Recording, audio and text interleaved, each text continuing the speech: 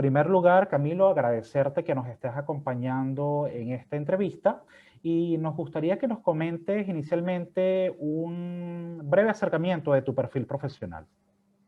Hola Alejandro, buenas tardes. Muchas gracias a ti por tenerme en cuenta en este tipo de espacios, de verdad que muy agradecido. Para todos, yo soy Camilo Gómez, soy ingeniero de materiales de la Universidad del Valle en Cali, Colombia, y llevo 7 años aproximadamente de experiencia en el tema de desarrollo de empaque. He hecho una carrera en Reiki como única empresa, pero una carrera que ha venido avanzando con el tiempo y en el cual he aprendido muchísimo, entonces me gustaría compartir un poquito de la experiencia que tengo y los conocimientos con ustedes. Así es, Camilo.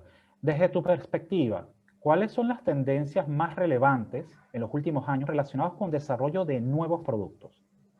Ok, te hablo desde mi experiencia personal. Creo que el mercado colombiano se ha movido mucho al tema de empaques flexibles. Creo que eso ha sido lo que más ha mandado la parada aquí, el tema de ir reemplazando los envases rígidos por doy packs, pouches y ese tipo de empaques con buena acogida en el mercado colombiano. ¿Sí? No sé que en otros países puede que no sea tanta la acogida, pero aquí, por ejemplo, sí, y muchas multinacionales han migrado a esos empaques por temas de costo, eficiencia y muchas cosas que van detrás de eso.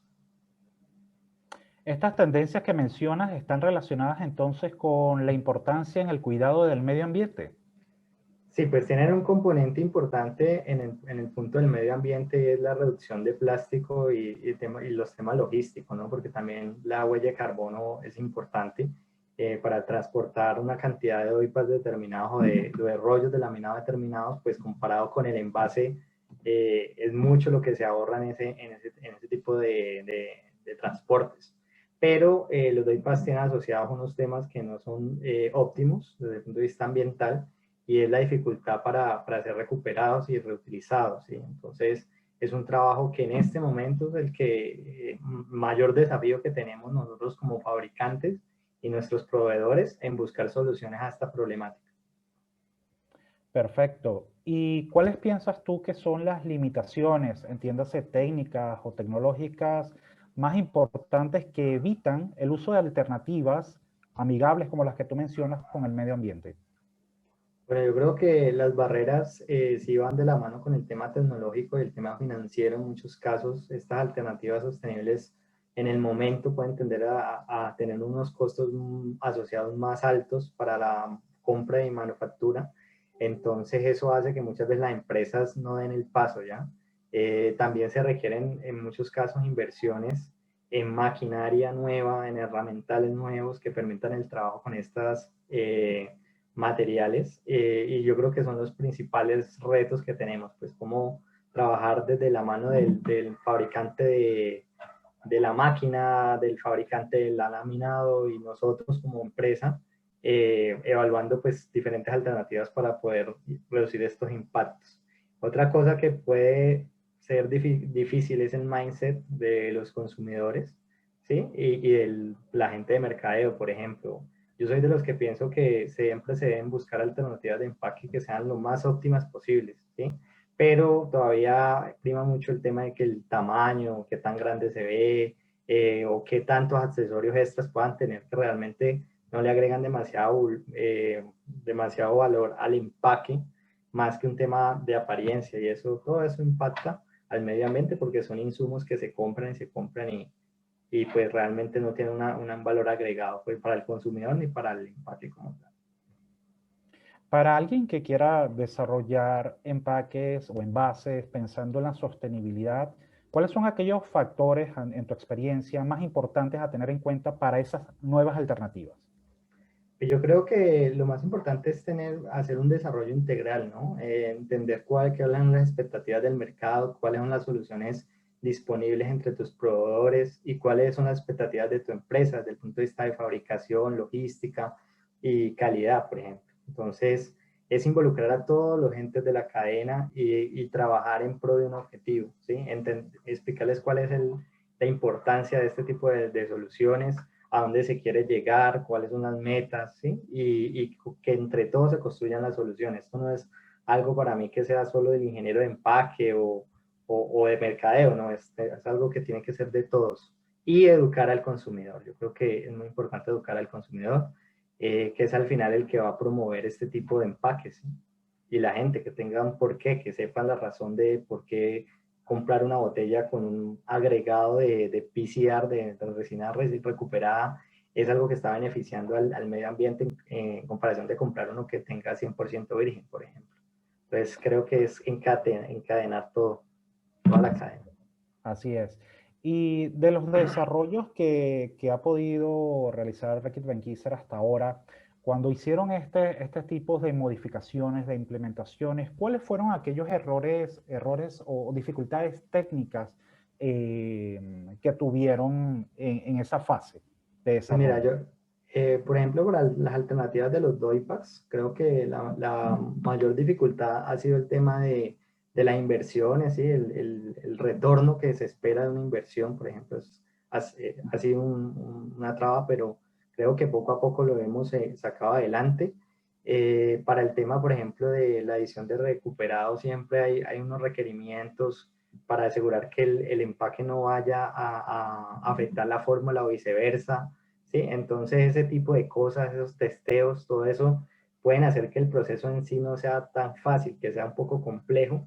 Sin embargo, después de que se tenga claro qué es lo que se necesita y la intención desde todas las áreas, como te decía anteriormente, creo que la cosa va por buen camino, vamos en esa dirección.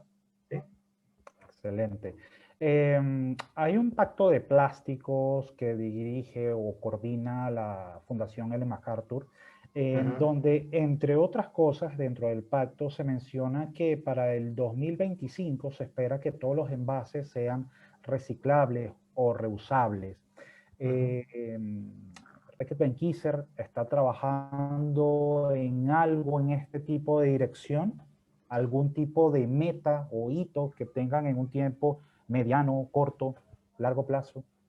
Totalmente. Reckitt Benckiser tiene unos objetivos de sostenibilidad que se encaminan principalmente en tres etapas, que es reducción de plástico, el tema de incorporación o reuso, incorporación de material reciclado, un porcentaje dado, y el tema de que todo sea 100% reciclable, y ahí es donde entra el reto de los doypas, de los doypas que tienen tantos beneficios, pero también esa limitación grande desde el punto de vista ambiental que nos implican muchos retos y en los cuales ya estamos trabajando y el objetivo, por ejemplo, de nosotros es tener ya en uno de nuestros productos de estrella implementados este tipo de materiales, ¿sí?